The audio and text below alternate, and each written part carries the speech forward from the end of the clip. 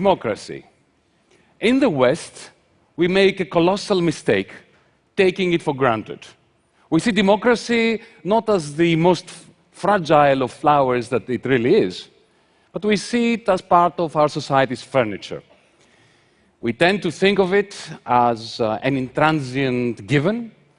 We mistakenly believe that capitalism begets inevitably democracy. It doesn't. Singapore's Lee Kuan Yew and his great imitators in Beijing have demonstrated beyond reasonable doubt that it is perfectly possible to have a flourishing capitalism, spectacular growth, while politics remains democracy-free. Indeed, democracy is receding in our neck of the woods, here in Europe. Earlier this year, while I was representing Greece, the newly elected Greek government, in the Eurogroup as its finance minister, I was told in no uncertain terms that our nation's democratic process, our elections, could not be allowed to interfere with the economic policies that were being implemented in Greece. At that moment, I felt that there could be no greater vindication of Lee Kuan Yew, of the Chinese Communist Party, indeed of some recalcitrant friends of mine who kept telling me that democracy would be banned if it ever threatened to change anything. Tonight, here, I want to present to you an economic case for an authentic democracy. I want to ask you to join me in believing, again, that Lee Kuan Yew, the Chinese Communist Party, and indeed the Eurogroup are wrong in believing that we can dispense with democracy. That we need an authentic, boisterous democracy, and without democracy, our societies will be nastier, our future bleak, and our great new technologies wasted.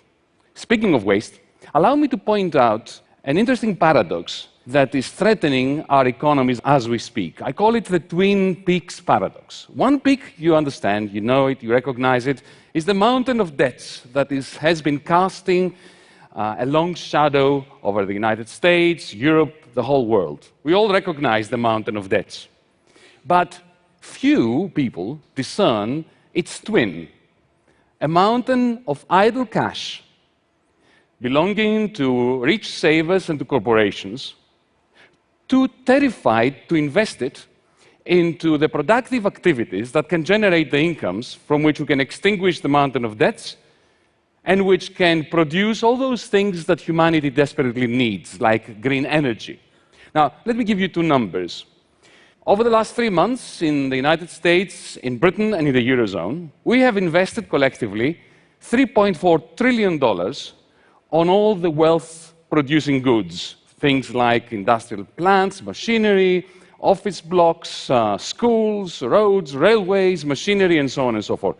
3.4 trillion sounds like a lot of money, until you compare it to the 5.1 trillion that has been slushing around in the same countries, in our financial institutions, doing absolutely nothing during the same period, except inflating stock exchanges and bidding up house prices. So, a mountain of debt and a mountain of idle cash form twin peaks, failing to cancel each other out through the normal operation of the markets. The result is stagnant wages. More than a quarter of 25 to 54-year-olds in America, in Japan, and in Europe out of work, and consequently, low aggregate demand, which, in a never-ending cycle, reinforces the pessimism of the investors, who, fearing low demand, reproduce it by not investing, exactly like Oedipus's father, who, terrified by the prophecy of the oracle that his son would grow up to kill him, unwittingly engineered the conditions that ensured that Oedipus, his son, would kill him. This is my quarrel with capitalism. Its gross wastefulness. All this idle cash should be energized to improve lives, to develop human talents, and indeed to finance all these technologies, green technologies, which are absolutely essential for saving planet Earth. Am I right in believing that democracy might be the answer? I believe so, but before we move on, what do we mean by democracy? Aristotle defined democracy as the constitution in which the free and the poor, being in the majority, control government. Now, of course, Athenian democracy excluded too many: women, migrants, and of course the slaves. But it would be a mistake to dismiss the significance of ancient Athenian democracy on the basis of whom it excluded. What was more pertinent, and continues to be so, about ancient Athenian democracy, it was the inclusion of the working poor, who not only acquired the right to free speech, but more importantly, crucially, they acquired the right to political judgments that were afforded equal weight in the decision-making concerning matters of state. Now, of course, Athenian democracy didn't last long. Like a candle that burns brightly, it burned out quickly. And indeed, our liberal democracies today do not have their roots in ancient Athens. They have their roots in the Magna Carta, in the 1688 Glorious Revolution, indeed in the American Constitution. Whereas Athenian democracy was focusing on the masterless citizen and empowering the working poor, our liberal democracies are founded on a Magna Carta tradition, which was, after all, a charter for masters. And indeed, liberal democracy only surfaced when it was possible to separate fully the political sphere from the economic sphere, so as to confine the democratic process fully in the political sphere, leaving the economic sphere, the corporate world if you want, as a democracy-free zone. Now, in our democracies today, this separation of the economic from the political sphere, the moment it started happening, it gave rise to an inexorable, epic struggle between the two, with the economic sphere colonizing the political sphere, eating into its power. Have you wondered why politicians are not what they used to be? It's not because their DNA has degenerated.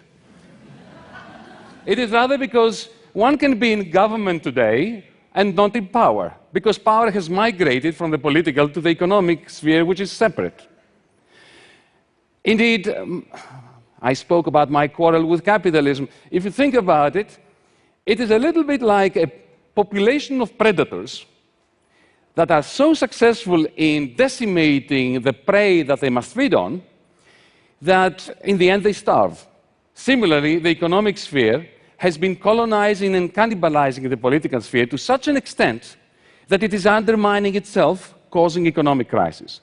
Corporate power is increasing, political goods are devaluing, inequality is rising, aggregate demand is falling, and CEOs of corporations are too scared to invest the cash of their corporations.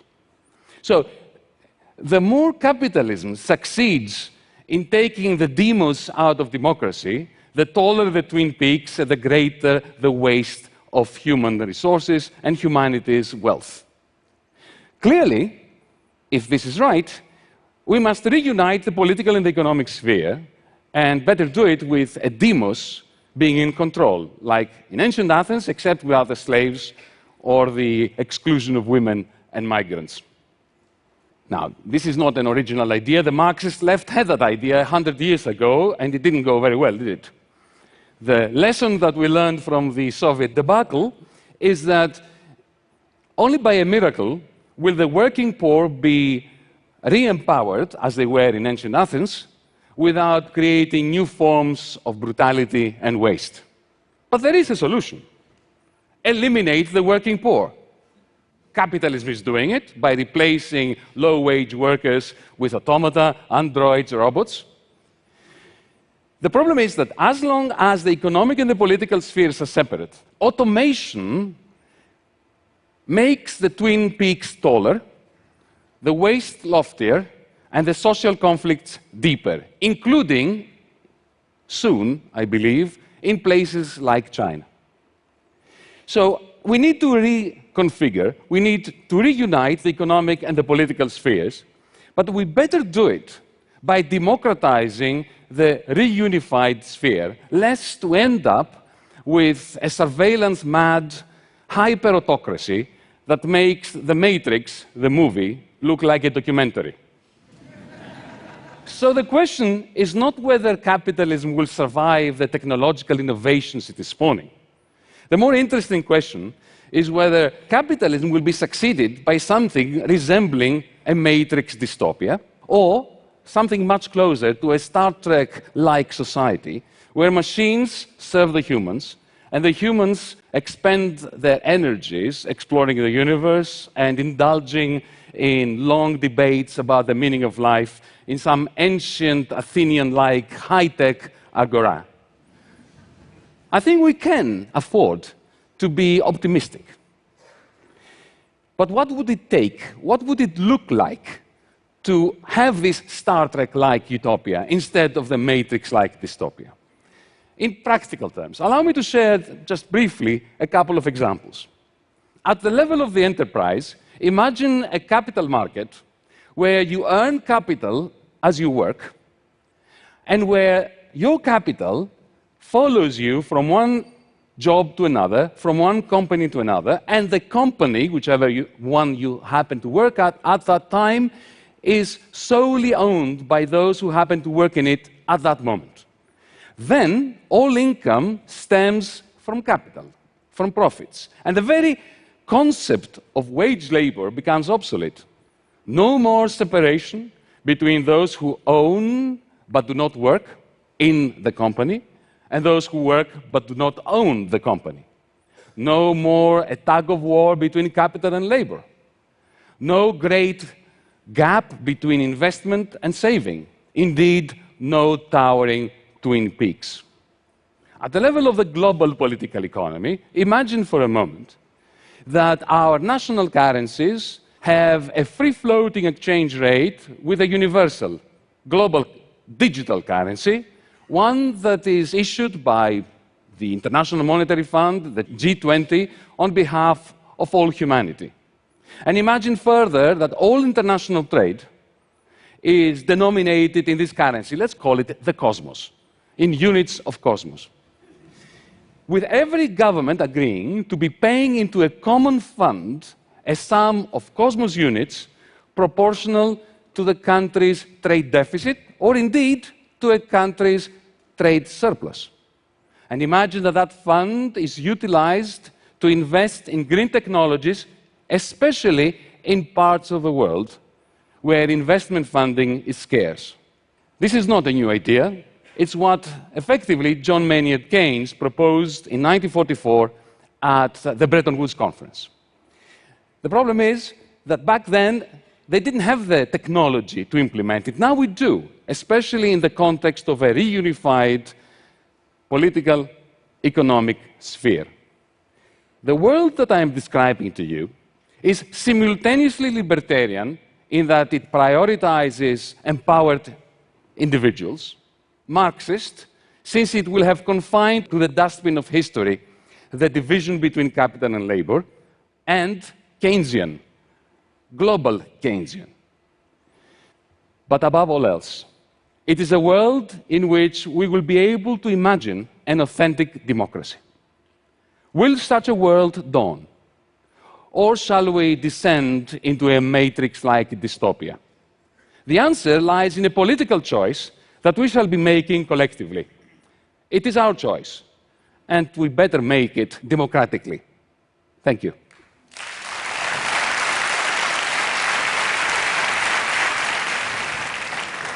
Yanis, you describe yourself in your bios as a libertarian Marxist.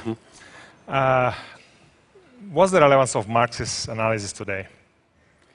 Well, if there was any relevance in what I just said, then Marx is relevant, because the whole point of reunifying the political and the economic is, if we don't do it, then technological innovation is going to create such a massive fall in aggregate demand, what Larry Summers refers to as secular stagnation. With this crisis migrating from one part of the world, as it is now, that it will destabilize not only our democracies, but even the emerging world that is not that keen on liberal democracy. So if this analysis holds water, then Marx is absolutely relevant, but so is Hayek. That's why I'm a libertarian Marxist. So is Keynes. So that's why I'm totally confused. Indeed, and possibly we are too now. If you're not confused, you're not thinking, okay? Okay. Yeah. That's very, very Greek philosopher kind of thing to say. Well, that was Einstein, actually. But yes. During your talk, you mentioned Singapore and China. And yesterday night at the speaker dinner, you expressed a pretty strong opinion about how the West looks at China. Would you like to share that? Well, there is a great degree of hypocrisy. In our liberal democracies, we have a semblance of democracy. It's because we have confined, as I was saying in my talk, democracy to the political sphere, while leaving the one sphere where all the action is, the economic sphere, a completely democracy-free zone. In a sense, if I am allowed to be provocative, China today is closer to Britain in the 19th century, because remember, we tend to associate liberalism with democracy. That's a mistake historically. Liberals like John Stuart Mill. John Stuart Mill was particularly skeptical about the democratic process. So what you are seeing now in China is a very similar process to the one that we had in Britain during the Industrial Revolution, especially the transition from the first to the second. And to be castigating China for doing that which the West did in the 19th century smacks of hypocrisy. I am sure that many people here are wondering about your experience as a finance minister of Greece earlier this year. I knew this was coming. Yes. 6 months after, how do you look back at the first half of the year? Extremely exciting from a personal point of view, and very disappointing because we had an opportunity to reboot the Eurozone. Not just Greece, the Eurozone. To move away from the complacency and the constant denial that there was a massive, and there is a massive, architectural fault line going through the Eurozone, which is threatening massively the whole of the European Union process. We had an opportunity on the basis of the Greek program, which, by the way, was the first program to manifest that denial, to put it right. And unfortunately, the powers that be in the Eurozone, in the Eurogroup, chose to maintain denial. But you know what happens? This is the experience of the Soviet Union. When you try to keep alive an economic system that architecturally cannot survive, through political will and through authoritarianism, you may succeed in prolonging it, but when change happens, it happens very abruptly and catastrophically. What kind of change are you foreseeing? Well, there's no doubt that if we don't change the architecture of the Eurozone has no future. Did you do any mistake when you were finance minister? Every day. For example? Anybody who looks back... No, but seriously, if there is any minister of finance or of anything else for that matter who tells you after 6 months in a job, especially in such a stressful situation, that they have made no mistake, they're dangerous people. Of course I made mistakes. The greatest mistake was to sign the application for the extension of our loan agreement in the end of February. I was imagining that there was a genuine interest on the side of the creditors to find common ground, and there wasn't. They were simply interested in crashing our government just because they did not want to have to deal with the architectural fault lines that were running through the Eurozone, and because they didn't want to admit that for 5 years they were implementing a catastrophic program in Greece. We lost 1/3 of our nominal GDP. This is worse than the Great Depression. And no one has come clean from the troika of lenders that have been imposing this policy to say this was a colossal mistake. Despite all this and despite the aggressiveness of the discussion, though, you seem to be remaining quite pro-European. Absolutely. Look, my criticism of the European Union and the Eurozone comes from a person who lives and breathes Europe. My greatest fear is that the Eurozone will not survive, because if it doesn't, the centrifugal forces that will be unleashed will be demonic, and they will destroy the European Union. And that will be catastrophic, not just for Europe, but for the whole global economy. We are probably the largest economy in the world. And if we allow ourselves to fall into a rut of a postmodern 1930s, which seems to me to be what we're doing, then that will be detrimental to the future of Europeans and non-Europeans alike. We definitely hope you're wrong on that point. Yanis, thank you for coming to TED. Thank you.